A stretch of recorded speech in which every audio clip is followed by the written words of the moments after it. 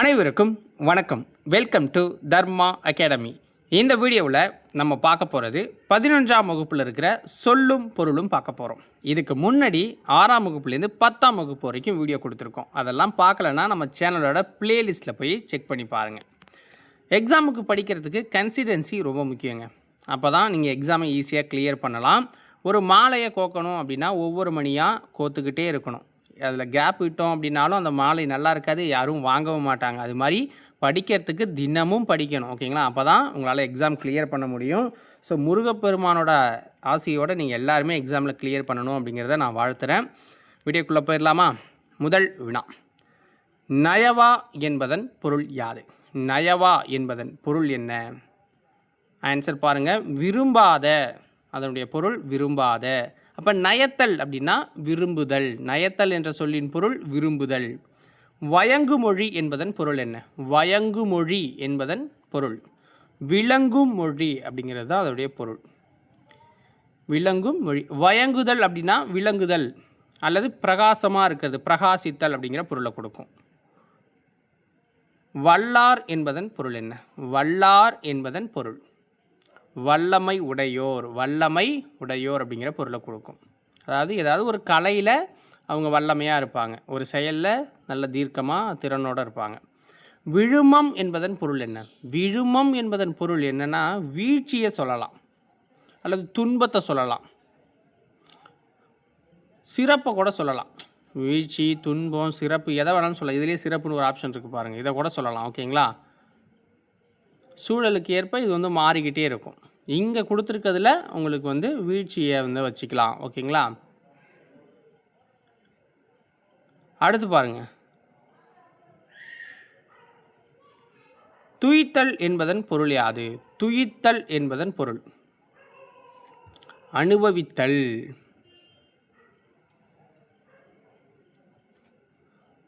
அடுத்தது பாருங்கள், நனந்தலை என்பதன் பொருள் என்ன? நனந்தலை என்பதன் பொருள் அகன்ற உலகம். நேமி என்பதன் பொருள் என்ன? நேமி என்பதன் பொருள் சக்கரம். திருமாலோட கையில் இருக்குல்ல, அந்த சக்கரத்தை குறிக்கல, வண்டி சக்கரத்தை கூட குறிக்கும். அடுத்தது யவ்வம் என்பதன் பொருள் என்ன? யவ்வம் என்பதன் பொருள் துன்பம், இந்த மன வருத்தம் அது மாதிரி இதை குறிக்கிறது. இது மாட்சி என்பதன் பொருள் என்ன? மாட்சி என்பதன் பொருள் பெருமையை குறிக்கும். பெருமை, ஒரு பொருள் அல்லது ஒரு பண்போட சிறப்பை குறிச்சிங்கன்னா அது மாட்சிமை. மாட்சிமை பொருந்தியன்னு சொல்கிறோம்ல, அது மாதிரி. துண்ணல் என்பதன் பொருள் என்ன? துண்ணல் என்பதன் பொருள் ஆன்சர் என்ன? தையல் அல்லது நெருங்குதல். இது தையல் தொழிலை குறிக்கிறதால நம்ம தையல் அப்படின்னு தான் சொல்லணும், ஓகேங்களா? துண்ணார் அப்படின்னா நெருங்காத பகைவர்.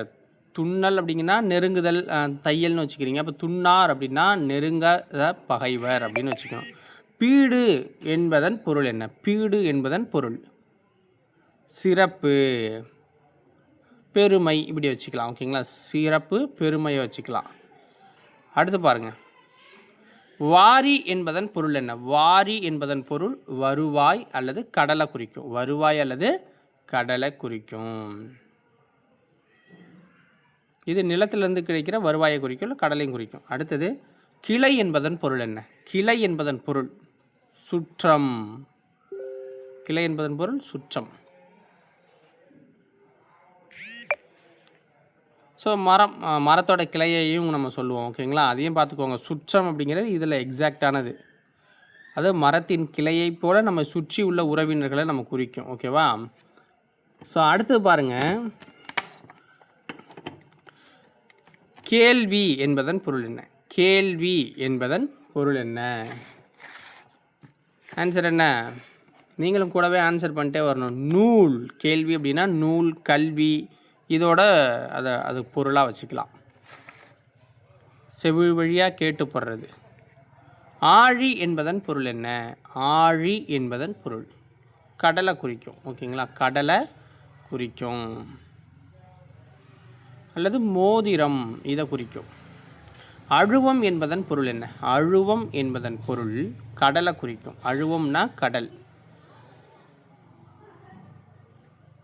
பரந்த நீர்ப்பரப்பை குறிக்கிறதால இது சொல்லுவோம். அடுத்து பாருங்கள், மரியி.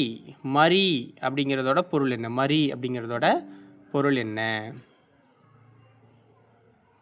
கலந்து சொல்லி பழகிய. கலந்து அல்லது சொல்லி பழகிய அப்படிங்கிறது பொருளாக வரும். அடுத்தது, வாவி என்பதன் பொருள் என்ன? வாவி என்பதன் பொருள் என்ன? பொய்கை அல்லது குளம்.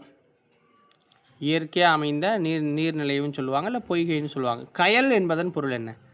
கயல் என்பதன் பொருள் என்னென்னா மீன். கயல் என்பதன் பொருள் என்ன? மீனை குறிக்கும். இந்த மீனில் கண் இருக்குல்ல, அது மாதிரி கயல் விழி அப்படிலாம் சொல்லுவாங்கள்ல, அது மாதிரி மீன் கண் போல் இருக்குது. தப என்பதன் பொருள் என்ன? தப என்பதன் பொருள் கெட. தபனா கெடங்கிற பொருள், அது அழிந்து போகிறது இல்லை கெட்டு போகிற ஒரு பொருளை சொல்லலாம். செம்மை என்பதன் பொருள் என்ன? செம்மை என்பதன் பொருள் என்ன? சிறப்பு அல்லது உயர்வு, பண்பட்ட நிலையை, மேன்மை நிலையை குறிக்கும். துன்னார் என்பதன் பொருள் என்ன? துன்னார் என்பதன் பொருள் ஆல்ரெடி சொல்லியிருக்கேன், பகைவர்களை குறிக்கும், அதாவது நெருக்கம் இல்லாதவர்களை இது குறிக்கும். ஓகேங்களா? முனிவு என்பதன் பொருள் என்ன? முனிவு என்பதன் பொருள் சினம். அடுத்து பாருங்க, இகழ் என்பதன் பொருள் என்ன? இகழ் என்பதன் பொருள் பகையை குறிக்கும். பகை, போரில் ஏற்படுற பகை. இது. அழகு என்பதன் பொருள் என்ன? அழகு என்பதன் பொருள் அளவை குறிக்கும். அளவை குறிக்கிற ஒரு அழகு. மல்கு என்பதன் பொருள் என்ன?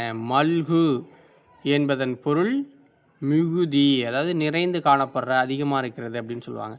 கோடு என்பதன் பொருள் என்ன? கோடு என்பதன் பொருள் மலை அல்லது கொம்பு, உச்சி அல்லது விலங்கோட கொம்பெல்லாம் குறிக்குது. தார் என்பதன் பொருள் என்ன? தார் என்பதன் பொருள் மாலை. மாலையை குறிக்கும். ஓகேங்களா? இந்த அரசர்கள் அணிகிற பூ மாலையெல்லாம் இருக்குல்ல, அது மாதிரி. அழுவம் என்பதன் பொருள் என்ன? அழுவம் என்பதன் பொருள் என்ன? ஆன்சர் என்ன? அழுவம்னா கடல்னு நம்ம ஆல்ரெடி சொல்லியிருக்கோம். ஓகேங்களா? அழுவம்ங்கிறது கடல். அடுத்து பாருங்கள்.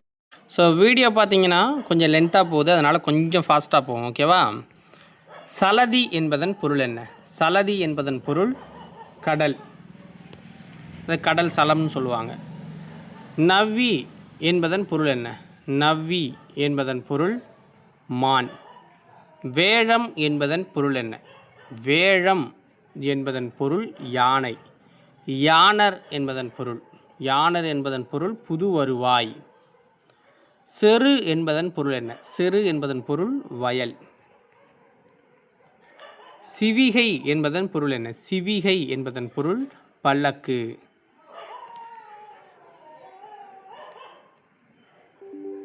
கனகம் என்பதன் பொருள் என்ன? கனகம் என்பதன் பொருள் என்ன? கனகம் என்பதன் பொருள் என்ன? பொன், தங்கத்தை குறிக்கும். துகிர் என்பதன் பொருள் என்ன? துகிர் என்பதன் பொருள் பவளம். வெறுவி என்பதன் பொருள் என்ன? வெறுவி என்பதன் பொருள் என்ன? அஞ்சி. வையம் என்பதன் பொருள், வையம் என்பதன் பொருள் உலகம். பேணுதல் என்பதன் பொருள் என்ன? பேணுதல் என்பதன் பொருள் பாதுகாத்தல். அற்றம் என்பதன் பொருள் என்ன? அற்றம் என்பதன் பொருள் முடிவு அல்லது இறுதி. உய்வு என்பதன் பொருள் என்ன? உய்வு என்பதன் பொருள் என்ன? ஈடேற்றம் அல்லது பிழைத்தல். ஏதிலார் என்பதன் பொருள் என்ன? ஏதிலார் என்பதன் பொருள் அந்நியர், பகைவர். புரை என்பதன் பொருள் என்ன? புரை என்பதன் பொருள் குற்றம் அல்லது உயர்வு, அது சூழலுக்கு ஏற்ப நம்ம சொல்லிக்கலாம். குருதி என்பதன் பொருள் என்ன? குருதி என்பதன் பொருள் இரத்தம். விழுப்பம் என்பதன் பொருள் என்ன? விழுப்பம் என்பதன் பொருள் சிறப்பு. ஒர்க்கம் என்பதன் பொருள் என்ன? ஒர்க்கம் என்பதன் தளர்ச்சி அப்படிங்கிறது தான் அதோடைய பொருள். ஏமம் என்பதன் பொருள் என்ன?